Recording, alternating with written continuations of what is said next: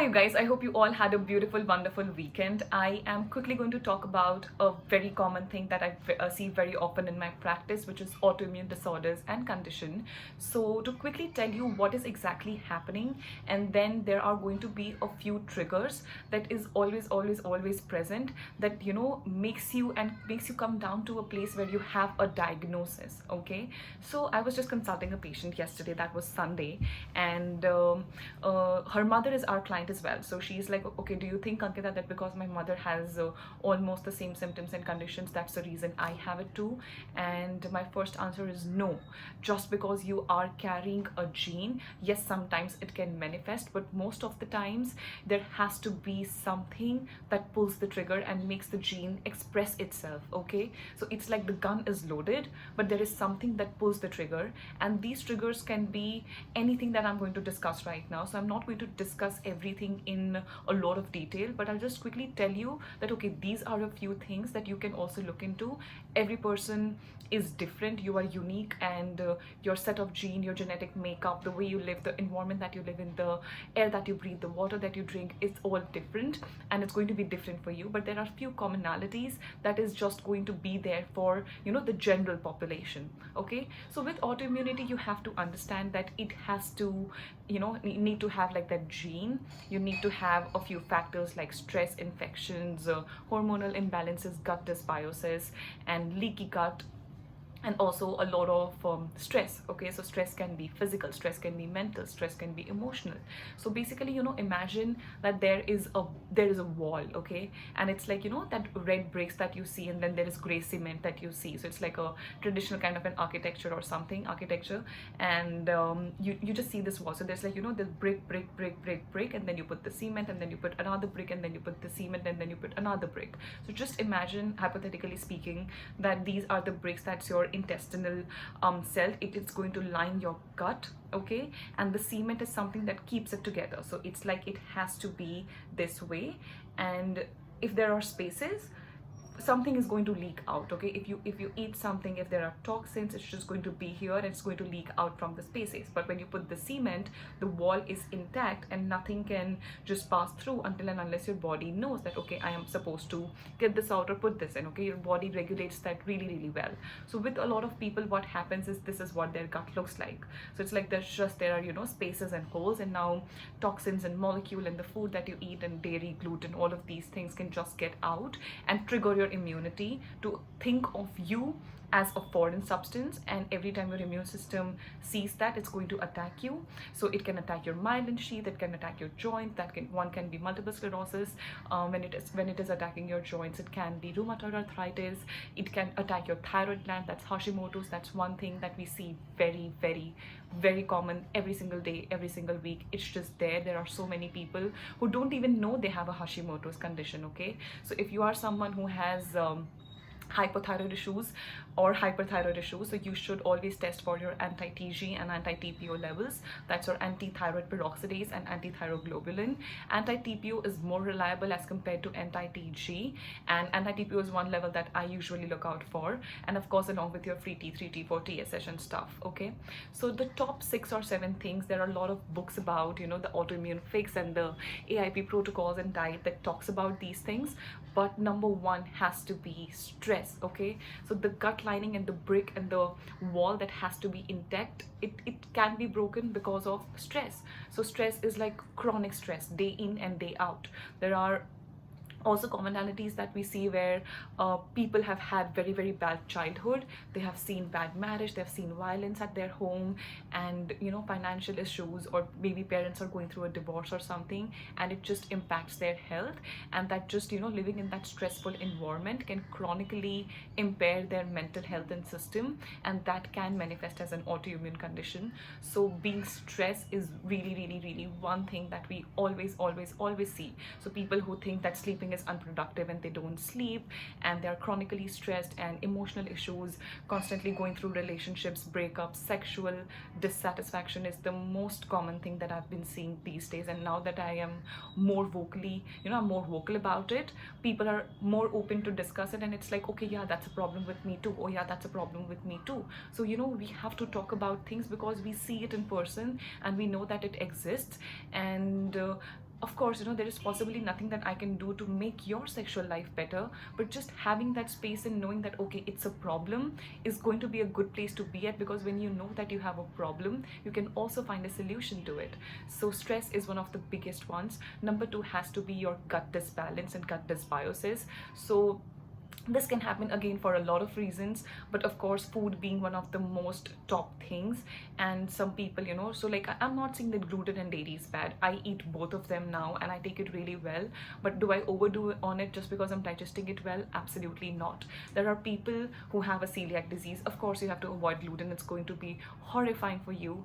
But people who are not sensitive to gluten and are eating it and are feeling okay, then it's great. But then there is something known as NCGS, that's your non-celiac gluten sensitivity, and maybe you do not have a lot of symptoms, but suddenly one day, you just feel the numbness in your feet, numbness in your hand, you cannot feel the blood moving, and you just feel stiff and stuff. So before you reach that state, just work with a practitioner or listen to your own body, listen to your own symptoms, maybe read books like Grain Brain and The Wheat Belly, and just see if you can connect with something, and maybe just figure out that, okay, whether or not gluten is working for me. The easiest thing is you remove it for some time, maybe 2 to 4 weeks, and then you put it back. And if you feel any difference at all, then maybe, good difference or bad difference, that would determine whether or not that was working for you. So gluten is a big one. People who are constantly eating artificial sweeteners, preservatives, some cheap alcohol, and of course just drinking and smoking, and all of these things creates a stress on the gut, which again can lead you down to that road where you get the condition or where you get the diagnosis. So eating food that is burdening on your system is going to create a problem. And I'm not saying that any food is bad or healthy or everyone should eat it and everyone should not eat it. I'm not a proponent of that. I believe in individualized nutrition. I believe in bio-individual nutrition. I believe in customization. I believe in tailor-made, and I'm sure not everyone can afford that. So what do I do? So okay, if I'm not able to visit a practitioner, what do I do? The best thing is leave it for a while, see how you feel. Make sure that you are taking care that, okay, I've eaten gluten all my life, but you've also had issues all your life. So if you've been constipated, if you're bloated, if you're acidic, if you're just constantly popping pills, if you're constantly falling sick, if your immunity is lower, and with every season change you are sick, or maybe you're visiting hospitals and your D3 is low, your B12 is low, you know that there is something wrong with your gut, and that's the reason your body is not able to assimilate the nutrients that you are eating. Okay, so it's just to know that being bloated every night is not normal, and you must look into it. And it is always these little symptoms that your body keeps on communicating with you that you miss out on, that creates a problem. Okay. Another big one has to be infections. There are such crazy parasitic, bacterial, fungal infections, candida. A lot of people, a lot of female who will have a diagnosis of autoimmune condition. You can also just look into it. Maybe they don't get their periods, the fertility is at a toss, or they have overgrowth of candida, yeast, fungus, and maybe they've gone through a heavy antibiotic treatment. And believe me, if you're just going through a root canal treatment, that is also going to involve antibiotics. So you just being aware that, okay, there are treatments and there are things that I am doing. Now, of course, if you're going through a root canal treatment, you need to get that antibiotics, right? But at the same time, you also have to know how to tackle it. So maybe taking a good B complex, maybe taking your probiotics, and just making sure that you are repopulating what you are destroying using the antibiotics, because antibiotics does not determines or differentiates between friend or foe. It kills everything that comes across its path. So it's very important that you take care of that. Something as severe as H. pylori infection, something like blastocystitis. We see this very common on a stool antigen test. And if you are someone where you feel that, okay, the kind of water that I drink is compromised and the kind of air that we breathe is compromised, Delhi, Mumbai, Bangalore, and all of these areas, it can create a problem. And it's just for you to know that, okay, this can be a reason too, okay, this can be a reason too. So just in case if someone is feeling lost and you don't know where to look up to, and I don't know why I have what I have, why I have it, and what to do about it, this is just a basic guideline. I'm not giving you a diagnosis, I cannot do that, but I'm just showing you that, okay, these are a few possibilities, now go and explore. Okay. Another one has to be sleep. People think that sleep is unproductive, you can sleep when you're dead and blah blah blah blah, but I really believe that sleep is something that we should all look into. Like, if you are, waking up early in the morning to hit the gym and you're sleeping only 3 to 4 hours per night because your job or work does not permits you to have that kind of space, don't go to the gym, don't do the workout, sleep. Okay, if I have to pick between sleeping and working out, like a compromised sleep and workout, I will not work out for months, but I'm not going to compromise on my sleep. That's how important sleep is. And now on top of it, if you can work out, nothing like it, but you have to take care of your sleep. It's when you are resting, it's when you are sleeping that your body is able to flush out toxins. Okay, so your lymphatic system, everything has to take out the garbage. It's like if you are living through the day and if you're eating things, drinking things, breathing things, and you have a dustbin inside of you and you're putting in the garbage, you also have to take the garbage out. So if you have a garbage at your home and if you keep on putting shit and crap inside of it, and if you don't take it out, what is going to happen to the place where you have put the dustbin? That is exactly what is going to happen inside of your body. And this is the reason your body has to sleep, where it can actually detoxify. We have beautiful skin, we have liver, we have kidneys, we have lungs, we have our gut, colon. All of these things are trying to work for us all the time, given that we put body in a place where we enable it to do what it does the best. Okay, no healer heals you, no dietitian does anything for you until we are just guiding you. We can just show you that, hey, this is what can create a problem, and this can be a solution. So sleeping well can be a solution, managing your stress can be a solution, avoiding foods that can create inflammation in your body is a solution, eating in a way that's more anti-inflammatory based, like including ginger, including your fructans like onion and garlic, doing your leafy greens, eating seasonal, eating your not overeating fruits. I wouldn't say eating fruits, I would always say overeating fruits, because anyone who's eating fruits is overeating them.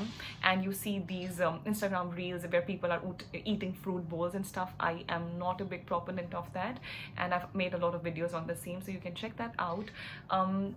Another big one has to be hormonal imbalances. Okay, so this would be like more for women who have ER positive cancers and tumors and fibroids and endometriosis, PCOD, lean PCOD, fertility issues. They're not able to conceive, they're not able to hold on to pregnancy, they have a lot of miscarriages, they also have a diagnosis of thyroid condition. It all goes hand in hand. Your ovaries, your adrenal glands, your thyroid gland, your blood sugar dysregulation, diabetes, insulin resistance, all of these things, autoimmune conditions, they have to go hand in hand. You don't live in a isolated system. It's a holistic, it's a wholesome system. It's your body and it knows. So if you're constantly eating in a way, if you're constantly going through crappy diets, it's all going to affect your hormones. People don't eat oil, people don't eat fat, they go salt free, sugar free, dairy free, gluten free. So what is left? You can just breathe air and drink water. That's all left. So I'm not saying that everyone should eat dairy and gluten, but I'm also not saying everyone should not eat dairy and gluten. We have people who eat it, I included, and we do just fine. But if we overdo, we will not do fine. Some people do great with soy, some people don't do great with soy, and quality of soy and corn is really, really compromised. And there is a beautiful thing about plants and how plants work with the body. So I think I learned it from Dr. David. I'm not sure, I think I read it 1 year ago, but I just remembered it, so I would like to share it with you, where plants have exosomes inside of them, and when you eat it, your body can actually digest, and the same exosome that is responsible for the transcription in plant or a plant product can do the same thing to your gut microbiota, and your gut can get influenced by what you are eating. And that is why it is so important that what you are eating is not only going to affect your gut and the way your microbiome responds, but also the way your hormones are going to be balanced. So getting rid of toxic estrogen. So estrogen is great, testosterone is great, but DHT not so much. Okay, so you have to look into, now you can go crazy behind learning, okay, what is good, what is bad, what do I take, which supplement do I eat, and how much vitamin D and vitamin C and chasteberry can I take. It's not about that. It's about getting out of your way and just letting your body do what it does the best. So if you're chronically fasting, which is one of, again, as bad as autoimmune conditions, people fast like it's a joke, and I've just recently made a video about it. You have to fast in a way that respects your body, that respects your system, and is not driving your adrenal glands to produce more cortisol, more adrenaline, and just releasing stress hormones, because fasting can be stressful. Is it good? Yes. Is hormesis effect great? Yes. Is circadian rhythm fasting great? Yes. But you have to do it in a right way. When you are trying to ovulate, when you're trying to conceive, when you are pregnant, when you are going through a thyroid dysfunction condition, when you're going through autoimmune condition, you cannot just fast for 24-36 hours every week. You have to give your body that energy in the form of food with the right amount of carbs, protein, and fat, your micronutrients, your fiber, your vegetables. And you have to remember, eating just 40 grams of protein every meal with a little bit of sabzi does not cut out for it, because fiber is not going to do a lot for your blood sugar as much as carbs is going to do, as much as it is going to, good carbs, not refined carbs, not empty carbs, but good carbs is going to do for the liver health, for your glycogen stores, and the way it helps your body regulate not just thyroid glands function, but every function in the body. So it's very important. Your thyroid is going to affect your periods, okay? Your eating is going to affect your periods. Your carbs is going to affect your periods, and your keto diet is also going to affect your periods, and you not eating fat is also going to affect your periods. So I don't know where you stand. I don't know what your life looks like. I don't know where your hormones stand. I don't know how you sleep. So I cannot give you and tell you that, hey, this is 100% bad for you. I'm sure there are women who have done keto diet, they have done gluten-free, dairy-free, fat-free, and they are great, good for them. Congratulations to them. But we can just give you the basic science that we know, a few things that we see as commonalities in the practice that I'm in, and these are a few things that you can just pick a few things from and just decide and decipher what may or may not serve you. So if something serves you, great, take it, live with it. And if you do not agree with what I say or what someone else says, just move on and maybe find something that will serve you. So that's about autoimmunity, and I'm going to try and upload more videos where you can just gather information along with mental health, of course. So thank you so much for tuning in. I hope you have a wonderful day. Take care. Bye.